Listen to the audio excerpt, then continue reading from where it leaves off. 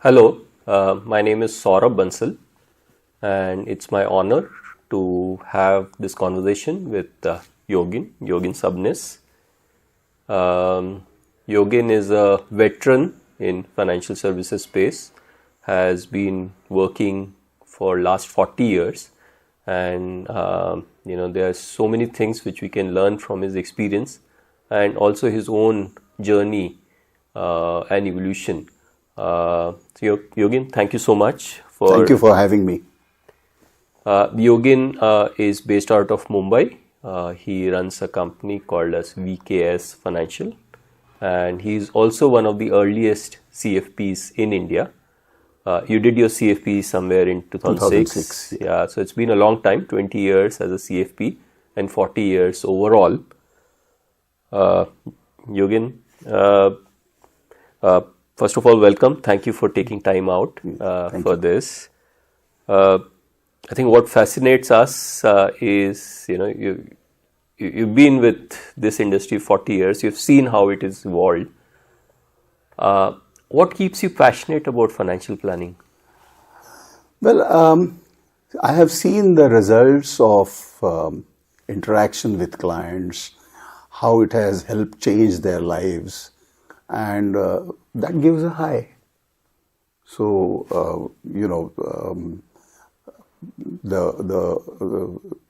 the interaction with clients. So, now that we have been doing this for years and years, anytime a new prospect is to be interviewed or met with, a client meeting is happening, I get very excited.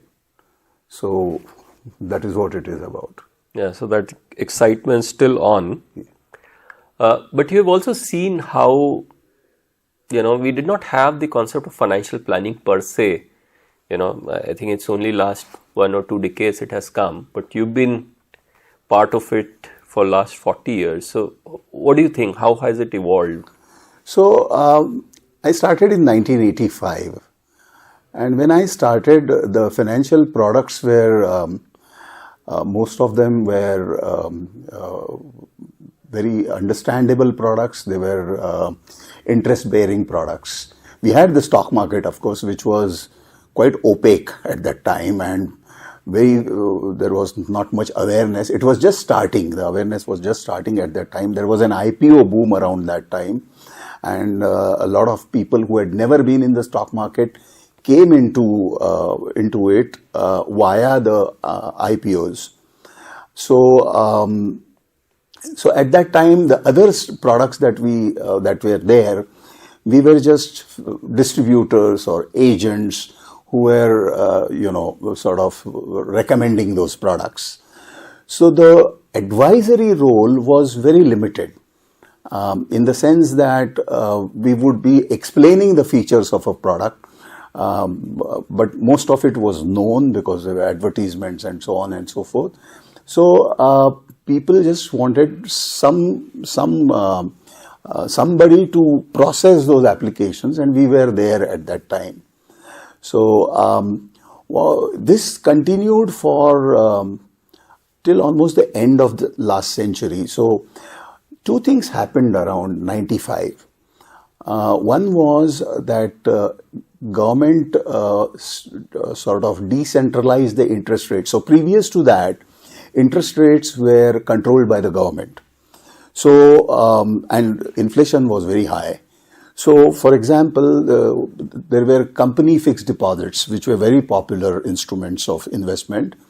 And the maximum that one could sort of offer as an interest was 15% at that time. So if it was a government company, it would be 14%, and people felt, they were losing 1%. So people went for that. Then there was Unit Trust of India, not the UTI mutual fund, the Unit Trust of India, which periodically came out with monthly income plans, where interest rates was, sort of guaranteed at 12%. And these were all popular products. And we were there to just distribute those products. But in the mid-90s, what happened was that this interest rate was decentralized. So it was a sort of, so government took, sort of ceded control of that. And because of that, immediately afterwards, the interest rates just went up and then they started going down. And now people had to sort of plan because of that interest rate fluctuation. They could not rely on a particular rate of return for planning their returns or income, right? Especially the retirees. Then the second thing that happened around that time was the advent of mutual funds. Now, mutual funds came up with different products which it was a completely new animal. Even we had to learn for quite some time to understand what it was. And so the investing public started feeling the need of advice around that time, around the turn of the century, and especially around the turn of the century because, there was an infotech boom that happened in the late 90s and it went bust in 2000 and everybody was quite bewildered because, their portfolios started showing great depreciation and all that. Around that time, this CFP program came, maybe 2003-04. And this CFP program had changed for somebody like me. It had changed perspective completely. So if I can go on, what happened was at that time, as I said, the people started feeling the need for advice. And we started feeling that, we have to protect the investor interest. And earlier I thought, that was my personal list, that when mutual funds came, the impression I had was that the fund managers were experts. They understood the markets and, so when you invest in equity with them, they would know when to withdraw, when to come out. And so my investor will be protected against those crashes. It didn't happen that way. And then after, speaking with those people, we realized that, they had the objective of the offer was, they will always be invested 80%, 90% in the market. So even if they knew they couldn't come out. And the ultimate realization was that it is going to be us who are going to have to protect the investor interest, right? Fortunately, around that time, this CFP program came. And that gave us a very different perspective as to how we can sort of formally and in a process manage the client's money or their their finances. And it has developed into this advisory module later. Correct. So if I can kind of sum it up, what you're trying to say is that earlier you started as a representative of the product manufacturers. Yes, you could say that. And basically they needed someone who could reach out to the people and people needed someone who can help them invest in them. From that, the role has evolved into kind of representative of the client, their need and aspiration, and the product manufacturer were on the other side. So you kind of moved away from sell side to buy side, if I could use it that way. Yes. That covers a lot of it, and I'm sure this evolution of your own journey is also a reflection of our financial services industry in that sense. So thank you for that. What is it that you believed about money when you started, which has changed now? So your belief about money, which you believed very strongly at that point of time, but you don't believe it anymore. So the thing is that I come from a lower middle class. So when I was a kid, even as a college going student, there was always a lack of money. So we were well fed, but nothing more than that. So the instinct was to be always very careful about spending. So there was we had to be very careful whenever we wanted to spend on some coveted stuff, right? And that again, that spilled over my working, years.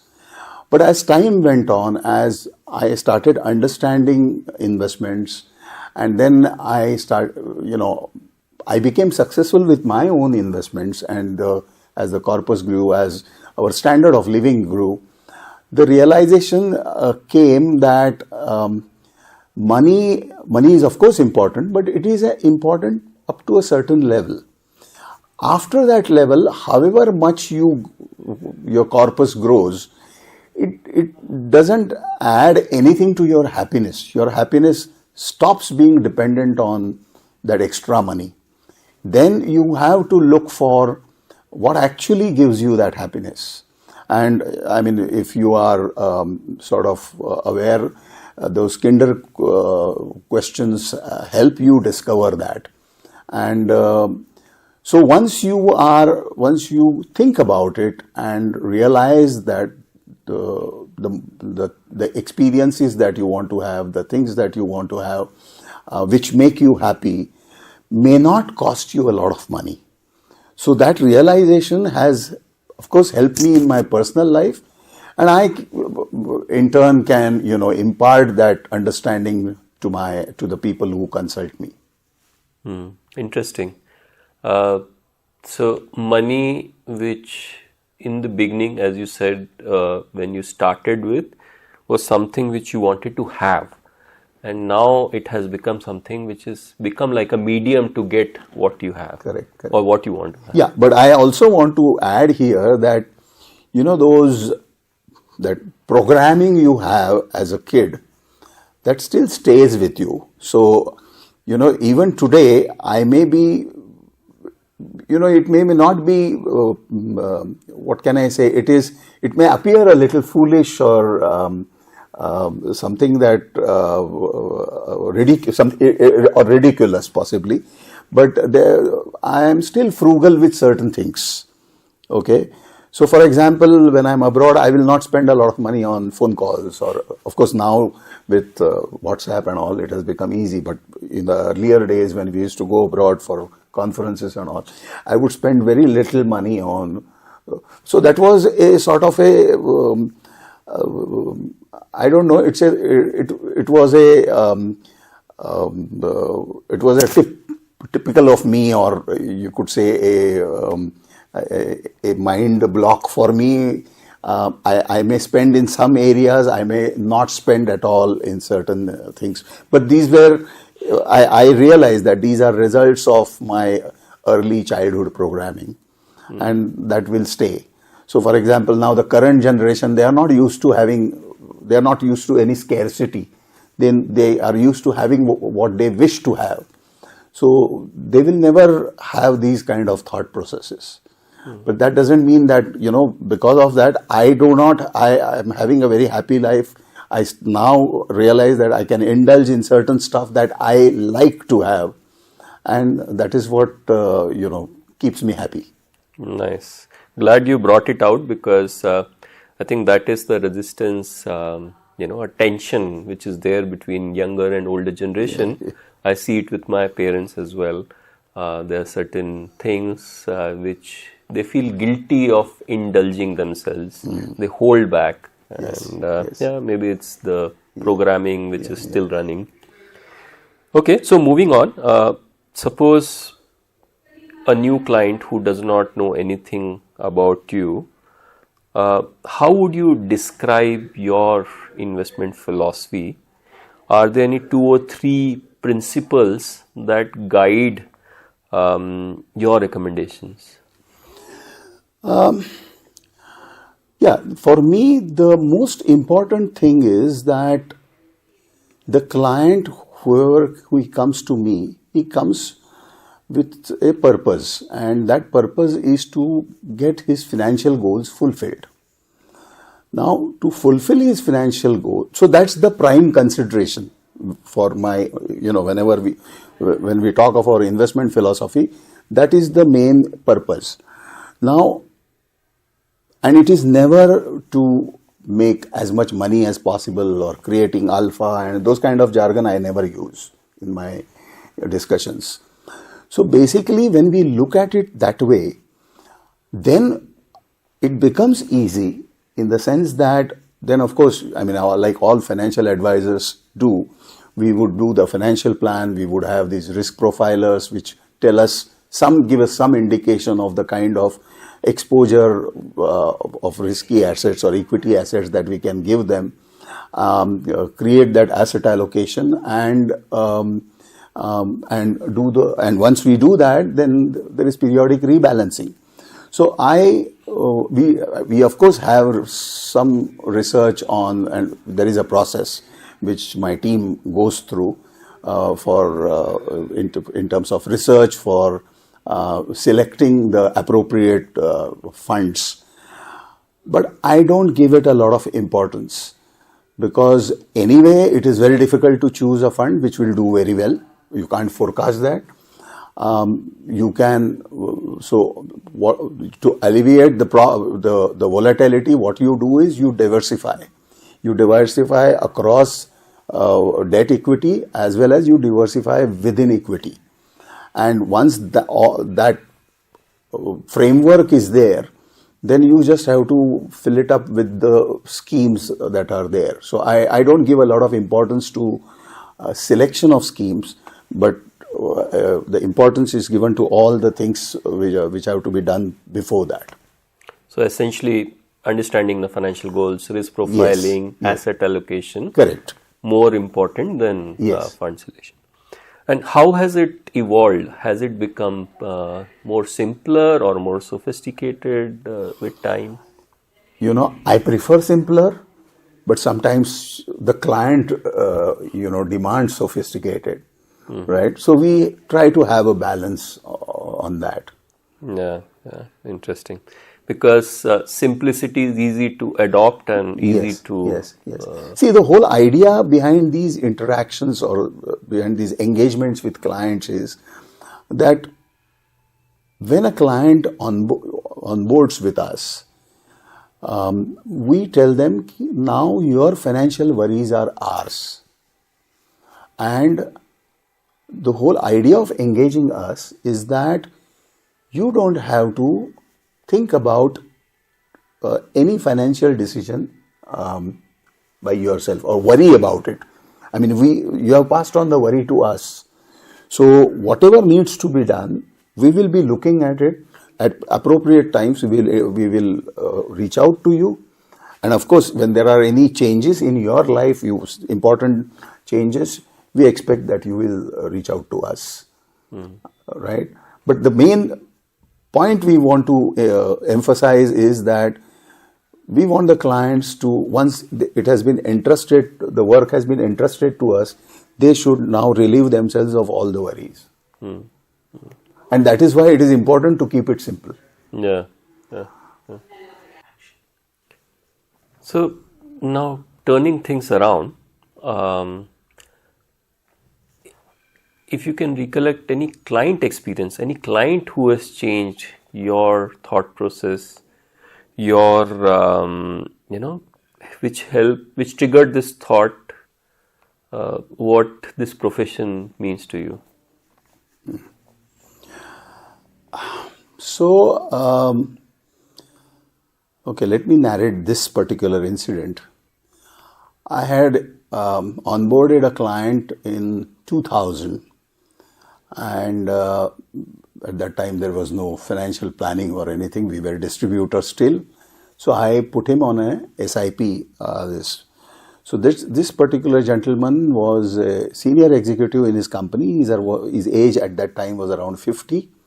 And he did not have any financial assets.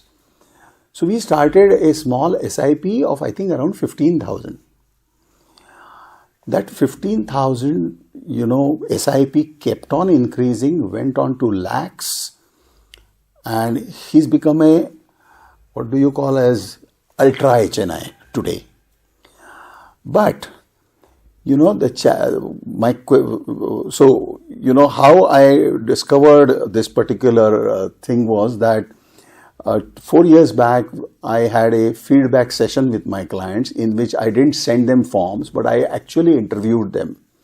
And I asked questions like, what in these long association, what do you think has gone right with us, our engagement, and what are the things that you're not happy about with us? So this particular gentleman, I asked him, because during that SIP tenure, that start, especially in the beginning, we didn't have this ECS and all these automated things that we have now. We used to collect 12 post-dated yearly checks. And it was 2000, so the market was crashing at that time. So after 12 months, when I went back to get the next 12 checks, his portfolio was negative. Now you have to understand that he has no understanding of equity. He had no understanding of any financial stuff. But he still gave me, he just asked me, Mr. Sabnis, are you sure this works? I said, yes, sir, please trust me. And he gave me those. And then, of course, as markets improved and he continued to increase his SIPs, they went into lakhs of rupees per month. And, he has done very well in his portfolio. So I asked him at that time, in that interview, that specifically when I came to you at that time, I felt that you would resist, you would not, it would be difficult for me to get those. So how did you, and I was referred by somebody, it was not that I knew him. So the answer he gave me was that, Mr. Sabnis, looking at you, I felt I could trust you. And, that particular thought made me think, that particular statement made me think that we never think about these things. What is the client's opinion about us? What do they think? We are routinely getting into our work. We keep on advising at intervals, but what they think about us, we never know. So this was something that sort of was a highlight for me. Another small interaction I will tell you with another client who's a doctor, and she has been with us for last 10-15 years. Some years back, I had started a newsletter, and in that newsletter, we used to have a article, a video, a mind map, and stuff like that. And I started sending it to clients. I had another list of people whom we knew. So I was very keen to get feedback from people as to what they thought about, that newsletter.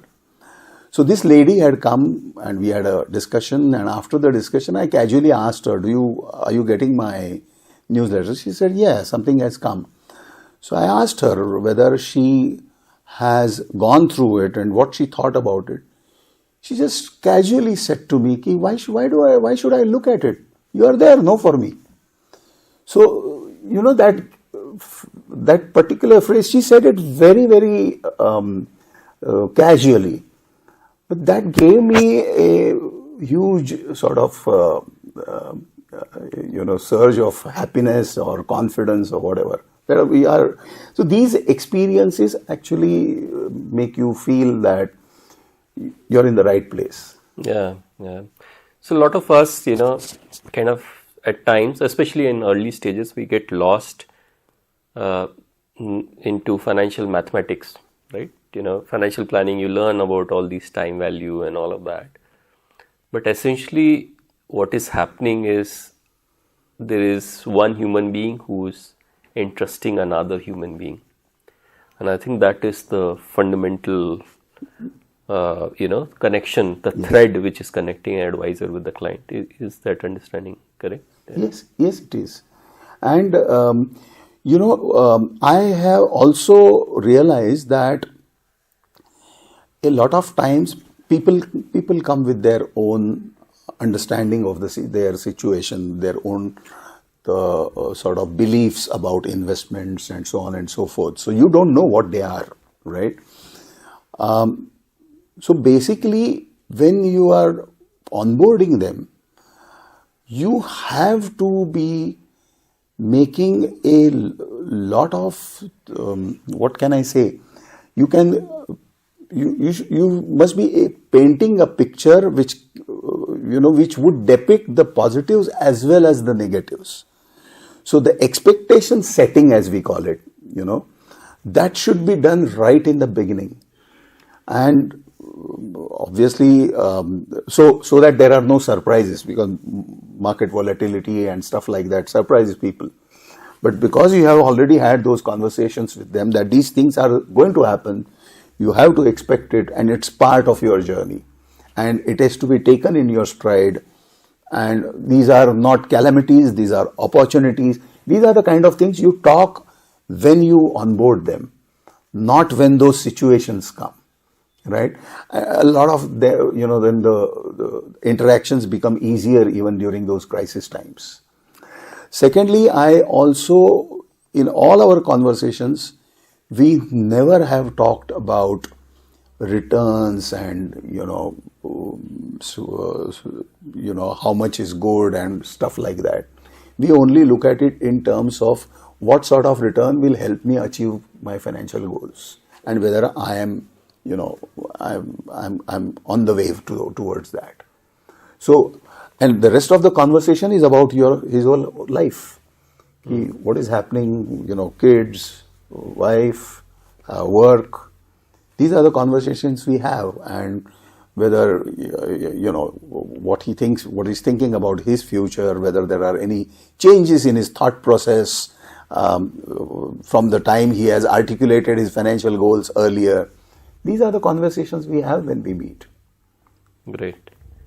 Now we'll try to kind of look into the future. Okay. How do you see this whole profession evolving into the future? And are there any timeless principles we should, a young advisor, planner, should kind of keep them in mind? Right. The first thing is that, everybody would realize that the scope for this profession is immense, because, we haven't even seen the tip of the iceberg, because there are a lot of people, and, financial literacy also has to play a part, because a lot of people out of ignorance may not be consulting you. Right. So youngsters are, if there are youngsters in this profession, they have a lot of advantage, because the youngsters or the people of their age do not have the baggage of the previous generation. And so they would be open to, seeking advice. In fact, they are all, most of them are so busy in their work and this, as a matter of course, they feel that this is a problem, I must go to the expert to get it resolved, right? And that is why this is something that this profession is, the scope is going to explode for sure. Now the timeless principles that you're talking about is that for a financial advisor, the core is the client and his needs. And that has to be the focus. There can be nothing else coming in between. And whatever is required to be done to, sort of help that process or get those things done, they need to be done. Okay. So we will now come to the final round. Thank you so much for all that which you have shared. I think it's going to be of tremendous value to all of us. So we will end with a set of quick fire questions. Okay. Is there going to be that coffee? No coffee hamper, unfortunately. So I'll say a sentence or maybe a part of the sentence, and you'll kind of fill in the rest. A great portfolio is one that fulfills financial goals. One which fulfills financial goals. the biggest mistake advisors make is? Harp on the returns. Focusing on the returns. On the returns. One book every financial planner should read. Behavioral Investment Counselor by Nick Murray. Nick Murray, yeah. He's a authority on this. Or you could read his Around the Year. Around the Year, yeah. One habit that has made you a better advisor. Well, I have always been,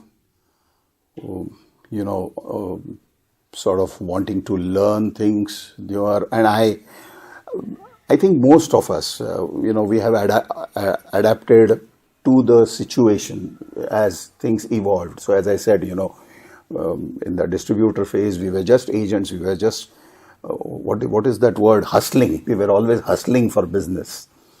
Then when we realized that this is the way to go, we have converted or sort of transformed ourselves into advisors.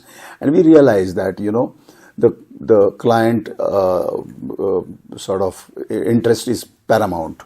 And once we do that, everything else will fall into place. That is something which I also vouch for. You have taught us about mind mapping. It's a beautiful concept. I think you were the one who introduced, at least to me and a group of people. It's been a phenomenal tool of catching your thoughts, expressing them. So you are, for me, a lifelong learner. At that age, you brought it out to all of us. So wonderful. So be a lifelong learner. And the final one piece of advice for your younger self.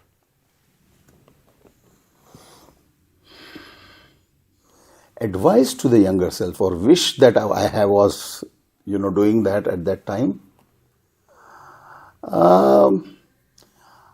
I would have said, be more confident of yourself. I was always a little self-effacing, and a lot of things that I thought about, I did not put forward very emphatically or, with that much conviction. Yeah. I would have done that. Yeah. I should have done that. Yeah. I think it's a common challenge. A lot of us, especially when you are starting young, you don't have that confidence. So thank you so much for that. We will conclude our conversation. Thank you so much, Yogin, for taking time out. Yeah. Thank you for having me. It has been a pleasure, and COFP has been very close to my heart. I have been attending conferences. I mean, now for this conference I have come after 8 years, but the earlier few conferences I have been attending every year, and it is one of the better places to be in. I mean, I sometimes wish, I was a resident of Bangalore, so I could be in touch with all of you. It's a phenomenal atmosphere here. Yeah. So thank you for inviting me for this podcast. And thank you so much for being so honest and with your open heart. You have shared so much with all of us. Thank you so much. Thank you.